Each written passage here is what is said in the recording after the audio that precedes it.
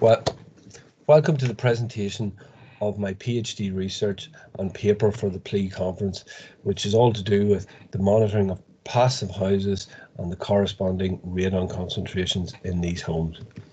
So the aim of my research was to understand the relationship between the attributes of the passive house standard and the impact that this has on indoor radon concentrations.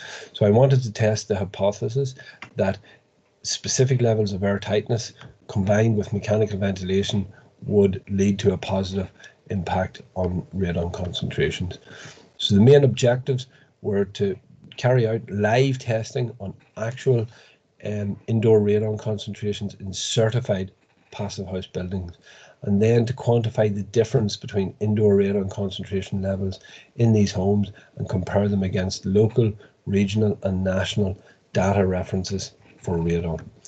So what is radon? Radon is a gas which occurs with the breakdown of uranium in the soil and can occur everywhere, including outside, but it's when it builds up in a building that it may become a health risk. So you can see here the various maps which highlight the geolocation or the radon risk areas for the UK, Northern Ireland and the Republic of Ireland. These maps are readily available for most countries in the world as well. So this research is significant because radon, as mentioned, is a group 1 carcinogen as identified by the World Health Organization and others. It is estimated to cause between 3 and 14% of all lung cancers in any country. In the Republic of Ireland, where most of the monitored homes were in this study, they attribute 250 deaths a year directly to radon. This research is all the more pertinent with the onset of the near zero energy buildings directive coming into effect on the 1st of January 2021.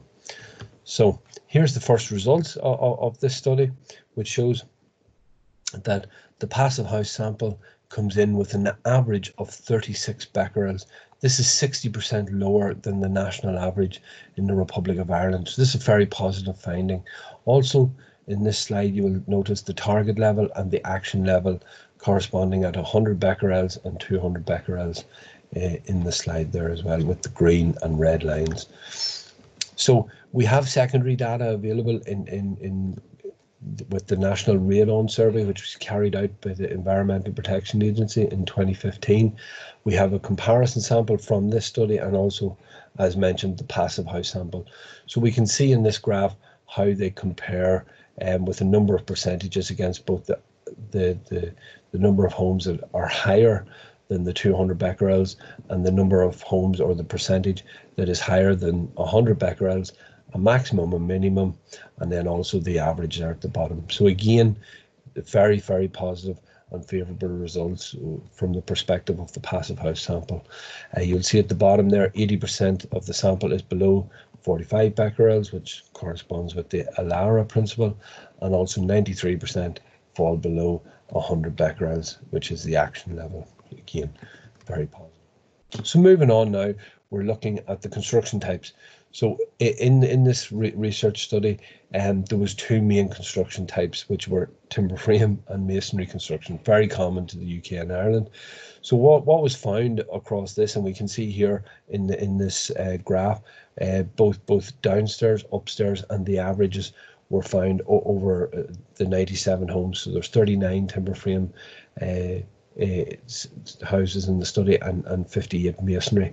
But overall, what happened or what came out in the study was that 18% lower radon concentration levels in the timber frame sample as opposed to the masonry. So again, this is quite interesting and is perhaps an opportunity for further research in the future. So the air tightness, it being a specific feature of passive houses, with air tightness levels below 0.6, I wanted to investigate whether I wanted to prove that increased air tightness has resulted in increased or lower levels of radon concentrations, and indeed that's what was discovered. So you can see here in the orange and blue the various levels that correspond with less than 0.3 air changes and then between 0.3 and 0.6. So you can see that it was 21% or 21 becquerels per cubic meter for the less than 0.3, and then from 0.3 upwards, it almost doubled to 48 becquerels per cubic meter. So again, a 44% drop when you go from 0.6 to 0.3.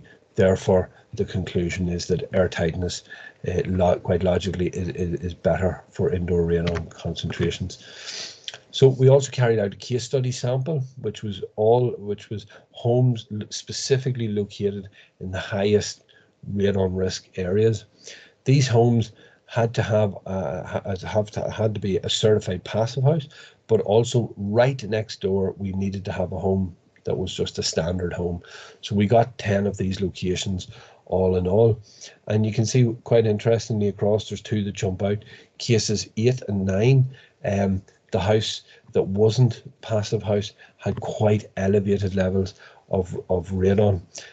So you can see that the passive house, which is located right next door in both instances, had much lower radon levels. And what was particularly interesting about 8 and 9 is that they were retrofit. So again, it just shows you the power of retrofitting to approved quality standard and how that has a positive effect on radon levels as well. So one of the novel findings that came out in this research was the whole area or topic of radon distribution in homes. So normally what you would expect to occur is that levels on the upper floors in a standard radon test would usually be lower than downstairs. However, in this study, the percentages between upstairs and downstairs was a lot closer. So in this sample with mechanical ventilation and air tightness, we found that the difference between upstairs and downstairs was only 6%, whereas typically this is between 33 and 35%. So again, this was attributed to the cross flow principle, which is employed with the sizing and installation of mechanical heat recovery ventilation under the passive house, certified passive house umbrella or framework, if you want to call it. So again, very positive. So also in this as well, I did discuss other things which were to do with the different types of ventilation systems on this study, and more can be found in the paper that goes with this presentation on that. So some of the recommendations from the study was to also, if the home is located in a high risk radon area, that instead of an F7 filter, that an F9 filter could be employed. And I've also constructed this risk matrix, which you'll see in the slide here, about the different ventilation or mechanical ventilation strategies which can be employed and how they are maybe at risk or not at risk when it comes to a number of different areas, including radon as well. So in conclusion, it has been found that the certified passive houses successfully mitigates against high indoor radon concentrations. The MVHR systems are responsible for better radon distribution between upstairs and downstairs. The certified passive house guidance on quality and certification seems to have a very positive direct influence on the performance. The ENERFIT standard has also proven to be quite effective for mitigation of radon. And last but not least, we found, or we've added to the body of weight, that timber is a better material rather than masonry with respect to radon again. So thank you for your time. I hope you enjoyed the presentation. My contact details are here, and again, the adjoining paper is there for your own consumption.